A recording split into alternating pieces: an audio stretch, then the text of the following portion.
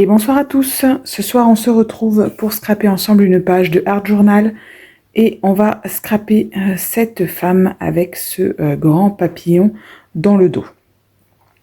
Donc, comme couleur, j'ai choisi du bleu et du orange. Donc, je prends le orange des Brouchot et je veux prendre le turquoise également. Donc, je mets du turquoise un peu partout. Ça va être ma couleur principale. Et je vais mettre par-ci, par-là, une pointe de orange. Ensuite, eh bien, j'inonde ma page. Voilà.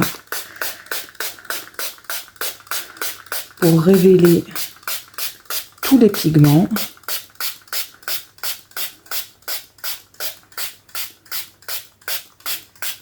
Voilà, je vais rajouter un peu de orange là où je trouve qu'il en manque un petit peu.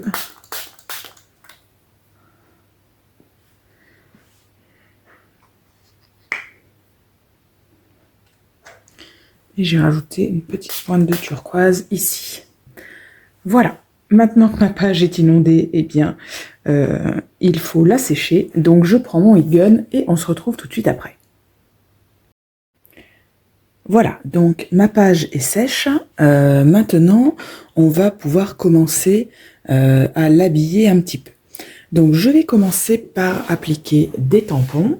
Pour ça, je prends mon encre noire et des tampons de fond. Alors ce que j'appelle tampons de fond, vous voyez, c'est tous les tampons comme ça qui servent à occuper l'espace.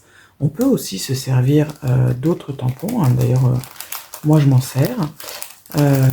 Mais voilà, tout ça pour vous dire que on a tous des tampons de fond, hein. C'est tous ces petits tampons qu'on a sur nos planches et où on se dit oh là là, mais qu'est-ce que c'est que ça, je m'en servirai jamais, c'est trop petit, ça ressemble à rien. Voilà, c'est tout ce genre de tampons là. Donc, si vous me suivez, vous savez que par habitude, je commence toujours par les bords. Franchement, ça n'a absolument aucune importance de faire les bords en premier ou pas. De toute façon, il faut occuper plus ou moins tout l'espace. Donc, on commence par où on veut. C'est vrai que moi, je commence souvent par les bords et les coins. Je sais pas pourquoi, hein. Je pense que j'ai plus de mal à visualiser l'occupation du milieu dans un premier temps. Donc, écoutez, faites comme vous voulez. Franchement, ça n'a pas d'importance. L'essentiel, c'est que votre page soit finalement habillée.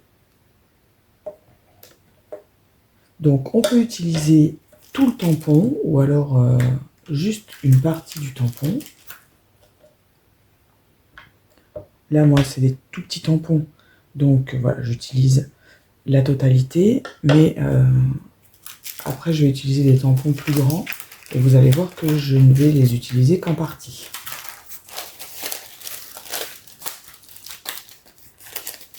Voilà, par exemple, là, je vais utiliser ce tampon-là. Je vais l'utiliser qu'une partie du tampon. Je ne le mets même pas sur ma planche.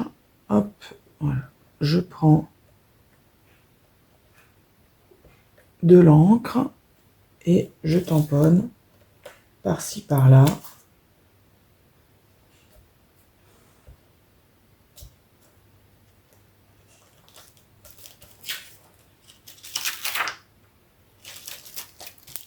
On n'est pas obligé d'utiliser tout le tampon, hein.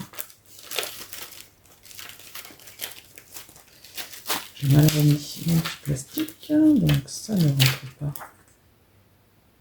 dans ma petite pochette.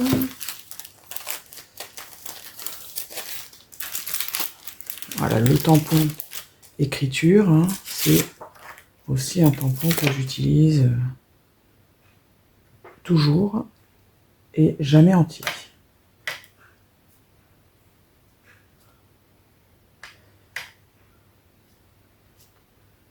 je mets toujours des écritures un peu... Enfin, j'en mets toujours dans toutes mes pages. Et souvent, j'en rajoute après. J'ose pas trop en mettre au début. Parce que, voilà, on met plein de choses, donc il faut laisser la place un petit peu à tout. Mais souvent, j'en rajoute sur la fin. Je me dis que ici, ça manque un peu d'écriture, etc.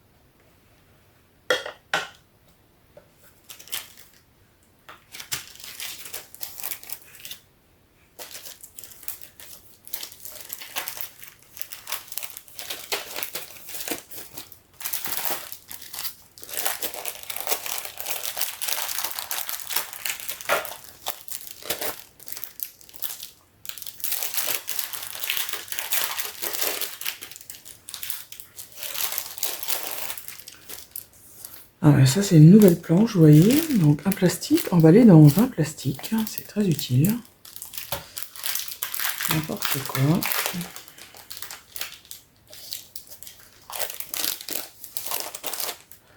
J'aime bien cette planche, vous voyez, il y a des dégoulinures, il y a des taches.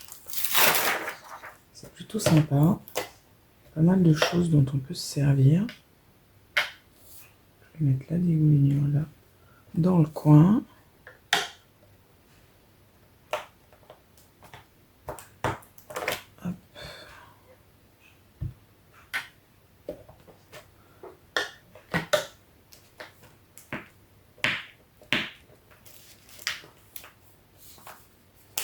Je viens de l'acheter sur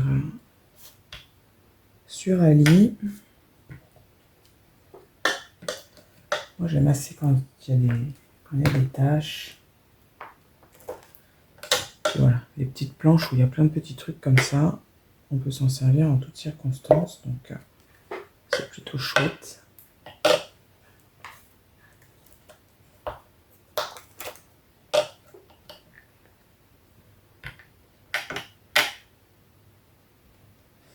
Voilà. Je pense que là, on n'est pas trop mal.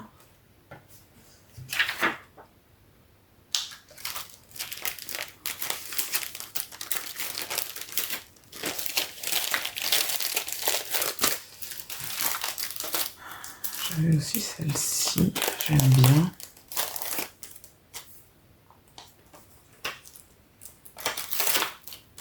J'aime bien celui-là notamment. Hop. Je vais l'utiliser juste en partie.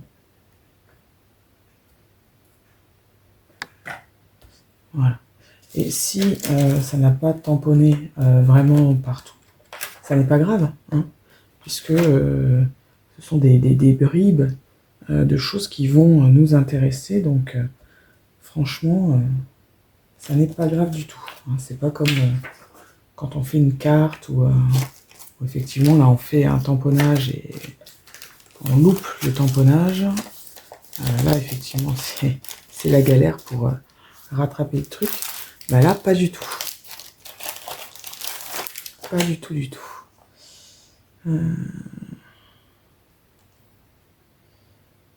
pense que je suis déjà pas trop mal, mais j'avoue que j'aurais bien aimé mettre ce petit cœur. Je suis pas très cœur, moi, vous le savez, mais celui-là, je l'aime bien. Je le trouve très sympa. Voilà. Alors, une fois que c'est fait, hein, qu'on trouve que notre page elle est suffisamment pleine, hein, là c'est le cas pour moi, on va venir appliquer des pochoirs, toujours avec notre encre, donc moi la noire. Hein, moi je me sers de la noire, mais franchement c'est vraiment pas une obligation. Hein. Vous pouvez tout à fait utiliser une encre ton sur ton, ou trancher avec une autre couleur. Il y a toute façon, hein, en scrap, il n'y a aucune obligation. Hein. C'est vraiment au goût et à l'appréciation de chacun. Donc, y a vraiment aucun problème. Ça fait plusieurs fois que je dis qu'il faut que je change mon encre. Mais là, je crois que vraiment, on arrive au bout. Je vais aller chercher un autre pad parce que là, franchement, si on voit quand même un peu, mais c'est décidé. Après cette vidéo, celui-là, il va à la poubelle. J'en ai un autre en plus, donc je vois pas pourquoi je vais me prendre la tête avec celui-là qui fonctionne presque plus. Donc ça, c'est mon petit pochoir fétiche avec les grandes lettres, les grands chiffres. Je m'en sers toujours. Je crois qu'il y a une seule fois où je m'en suis pas servi. Mais c'est vrai que sinon, je m'en sers tout le temps. C'est vraiment... s'il y a un seul pochoir, je dirais à acheter, bah, c'est un comme ça. Voilà. Si vous voulez faire un petit investissement, pour moi, c'est ça. Mais après, voilà, encore une fois, ça ne regarde que moi et c'est selon mes goûts à moi. Mais voilà, s'il y a pour moi un pochoir à avoir dans ce scrap room, c'est un pochoir comme ça avec des chiffres et des lettres. Voilà. Et je vais rajouter quelques signes avec ce pochoir là, si j'arrive à trouver l'ouverture. Vous voyez, il est tout neuf.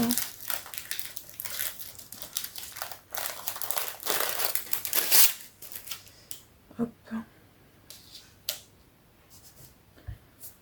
Donc, ce qu'il y a de bien avec ce genre de pochoir, hein, c'est qu'on peut utiliser voilà, avec parcimonie à des endroits voilà, où on pense qu'il n'y avait rien de particulier.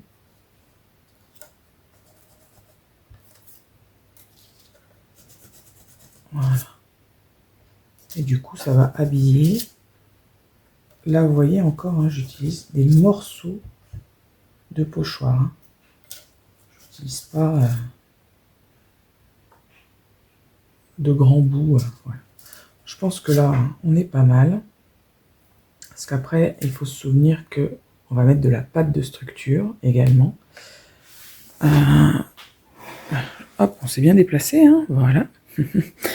Voilà, du coup, maintenant, ça va être le moment de venir coller notre image. Donc, c'est le moment de la placer quelque part. Moi, vu qu'elle est coupée ici, hein, je pense que je vais venir la placer dans l'angle ici. Voilà, pour respecter cette découpe. En plus, c'est pas trop mal, hein, franchement. Donc voilà. Donc, je colle ça et on se retrouve après. Voilà, donc ça y est, j'ai collé. Et maintenant, je vais appliquer de la pâte à structure pour fondre un petit peu cette image dans le décor. Donc, je vais commencer par en appliquer à cheval entre mon image et ma page. Et puis après, je vais venir en mettre de ci, de là sur ma page. Alors, aujourd'hui, j'ai choisi un pochoir dont je me sers très rarement, ces petites étoiles. Mais je me suis dit que bah là, avec cette fée papillon... ça pouvait bien se marier. Donc, on y va pour ça. Donc, je prends ma pâte à structure avec mon petit couteau. Et voilà, je vais venir appliquer des étoiles voilà, sur ma page.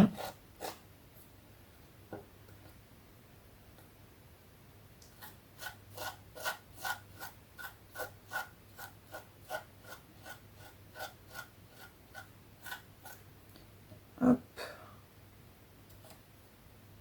Voilà. Je vais venir en mettre une ou deux ici. et j'en applique un petit peu à certains endroits. Il ne faut pas en appliquer trop non plus. Et surtout, la pâte à structure, ça met du temps à sécher. Donc voilà, il faut bien faire attention de ne pas venir écraser la pâte à structure que vous avez mis. Voilà. Écoutez, je suis assez contente de ce pochoir étoile. Je trouve que ça va assez bien ici avec cette fée. Et franchement, je me rappelais même pas que je l'avais. Je suis tombée dessus en farfouillant pour me dire, tiens, qu'est-ce que je vais mettre. Et je trouve que c'est plutôt pas mal. Alors, hop, remettons tout ça à l'endroit. Je trouve ça assez sympa.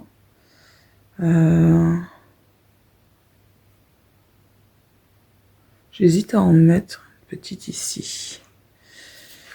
Faut pas non plus que ça fasse trop. Je vais juste en mettre. Hop. Voilà. Tout petit peu. Voilà, je vous remets dans le bon sens. Clac. Voilà, donc vous voyez, ça a aidé à fondre un petit peu l'image dans le décor. Donc maintenant, je vais aller rincer tout de suite ma pâte à structure parce que quand elle va sécher, ça va être l'horreur à enlever. Alors que là, ça va très très bien s'enlever. Donc je vais aller l'enlever immédiatement à l'eau. Et puis, on se retrouve après pour finaliser cette page. Voilà, donc mon pochoir est rincé et maintenant je me pose la question du sentiment. Donc j'ai choisi de mettre le sentiment nostalgie, mais franchement j'hésite un peu.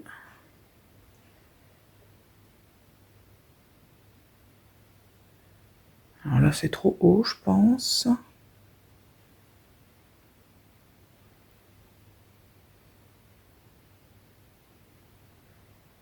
J'aime bien ici. Et j'aime bien aussi ici. Je pense que je vais le mettre là d'ailleurs. Donc je vais le mettre là. Allez, c'est décidé. Donc je mets derrière du scotch double face un petit peu épais de chez Action. Il n'est pas très très épais, mais suffisamment pour donner un petit peu de relief à l'ensemble. Voilà, donc je le mets ici. Maintenant, la seule chose qui me reste à faire, c'est d'ancrer au noir les bords de ma page. Donc,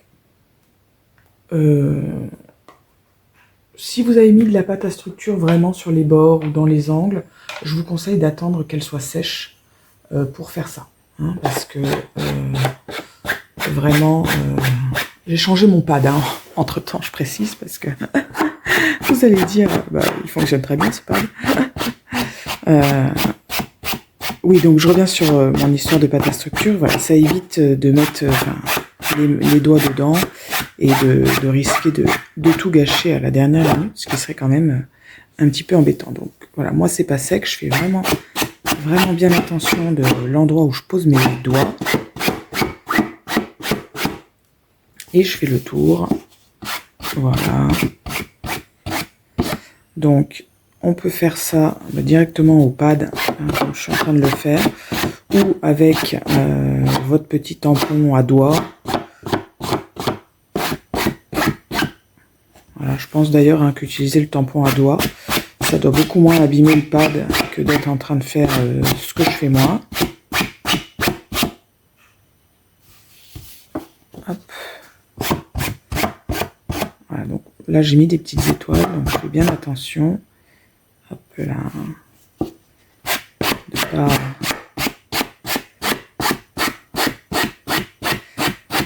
De pas en mettre sur mon pad. Et voilà, je fais tout le tour comme ça.